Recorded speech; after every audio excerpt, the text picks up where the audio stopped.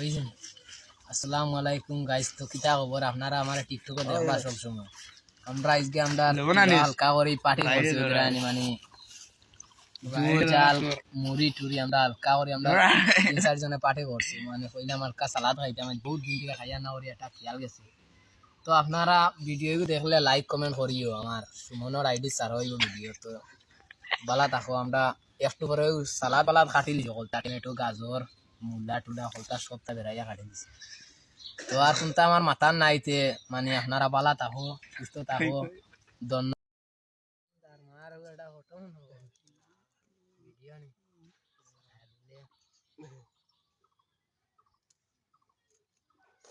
সালমানরে 2200 কার দেব কই বউ দেখা রে আমরা বানাইয়া পানি তো মরিচ কোন দিছিল